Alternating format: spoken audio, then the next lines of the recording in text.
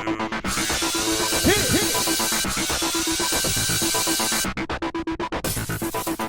everyone, welcome to tonight's recap of So You Think You Can Dance. Have you recovered from last week yet where we lost 4 dancers?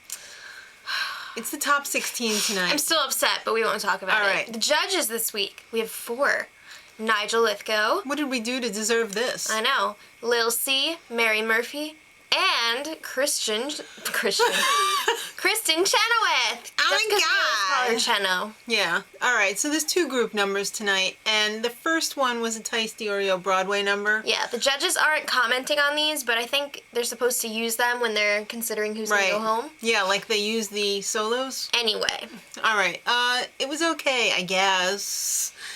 It was kind of a bad song choice, and the performance... It didn't really have a good progression. No, it didn't go anywhere. I mean, usually there's dynamic contrast or it builds to something, and it was just, like, repetitive. Yeah. So next up was Sasha and Alexander, and they did a D. Caspary...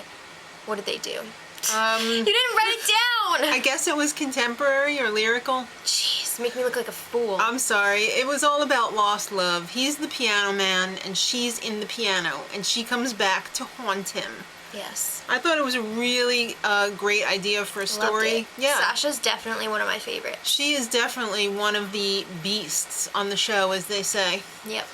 And he's really good, too. I mean, they're complaining that he didn't make the connection, but I didn't see anything wrong with it. Alright, Caitlin and Mitchell were up next with a samba by Jean-Marc Jeanneret. Yes. I like the rehearsal better than the actual dance. Yeah, their video package was a lot of fun. I think this routine just suffered from a bad case of... What was that routine? Yeah. It was not memorable at all. Yeah, I mean it wasn't bad either, but it wasn't great. Some parts were good. I'm having my doubts that the audience is going to get the whole thing because to begin with it's ballroom and the audience doesn't Samba's usually... one of the most difficult ballroom dances. The audience is not usually receptive to a ballroom dance on this type of a show. Alright, Miranda and Robert up next with a Tice Diorio Broadway number. Mm-hmm. She's a hooker. But a classy one. And he's a cool cat. Yes. I loved it. It was great. Lil C was right. Her legs were awesome. And by the way, how many people remember Powerpuff Girls? Yeah. With that hat, he was totally channeling Mojo Jojo. They gave him a Mojo Jojo head. I'm sorry. Yeah. So moving on. All right. One of our favorite numbers of the night, Melanie and Marco. Thanks for whoever went to the bathroom. It's awesome. That is a powerful flush. It sure So is. they did a lyrical hip-hop choreographed by Nappy Tabs, and it was supposed to be Marco is left at the altar, they're best friends, so Melanie's comforting him, and then he realizes she is really the one for him. I love that story. All right, so I loved it. These two are the front runners of the show. It's kind of like The Wedding Singer. It kind of was, and they're kind of like one dancer with 4 legs. They're kind of a dance away from a tear. And then that whole thing sparked everyone making out with each other, and it was like very uncomfortable. I feel dirty now. All right, Ashley and Chris were up next. Their jazz routine with Sonia. Yes, it was inspired by Betelgeuse, aka Beetlejuice. I love Beetlejuice and I love Sonia, but I didn't enjoy this number as much as I had hoped I would. And I think Nigel was right. Part of it was the music. Yeah. It was just kind of blah. It was a very difficult number, and it was technically well danced. It just, the music, and they just didn't... It just didn't pop. No. So that was unfortunate. Yeah. Clarice and Jess were up next. This is one of our favorite couples, and coincidentally, they had one of the favorite numbers of the night, judged by moi and me. All right, so it was a foxtrot. Or as I like to call, either just trot or foxy.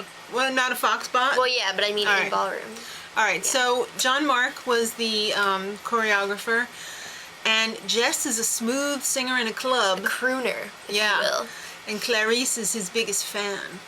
All right, I loved it. It looked great. The two of them were so natural together. It was not forced whatsoever. It just felt like it actually happened. It just had that flair. It was amazing. That just happened. It did. I loved it. I was happy with it. Me too. All right. However, I was not happy with Ryan and Ricky. They had a contemporary Sonia routine. Oh, I'm sorry. I keep yawning. Is it because you're bored of Ryan? Maybe. All right. They had a relationship that was ending.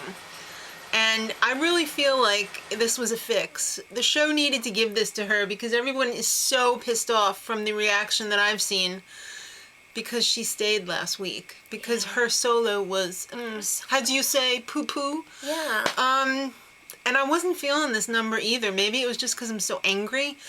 Or I don't maybe know, it's just like, because it sucked. I feel bad because I almost think maybe I can't judge her fairly now because Yeah. I feel like she shouldn't be there, so I'm sorry for that, but like, I was just not feeling this. Wasn't feeling that costume either. It was giving her a muffin top.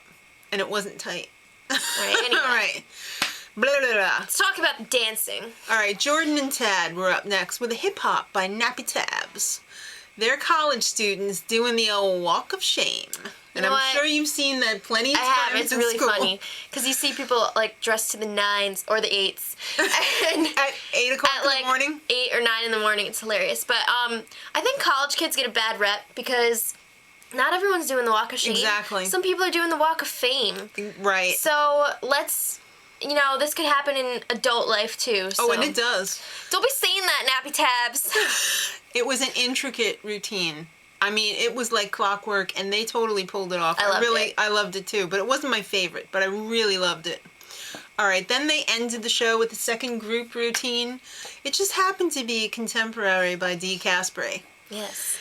The ladies... It's a medieval piece. Yes, it was a period piece. The ladies were trying to poison the men, and the men were trying to poison the ladies, but you know who wins all the time. It's so twisted. The ladies! Who run the world? Squirrel, squirrel.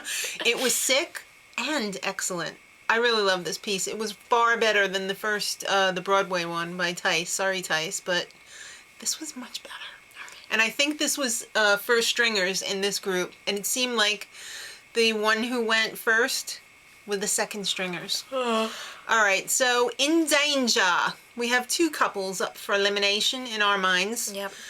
It's going to be Caitlin and Mitchell, and Ashley and Chris. Unfortunately, I mean, we're not I feel happy like they're about just it. not going to get the votes. Yeah, we're not happy about it, and we're not saying they sucked. It's just that's who we think the audience is not going to connect with. Because everybody's great this season. Tomorrow, 2 are going home. At least it's not 4. And I hope they don't pull that crap again like, we can't send anyone home this week. All right. Let's just do that every other week. I know. All right, kids, till tomorrow. Much love.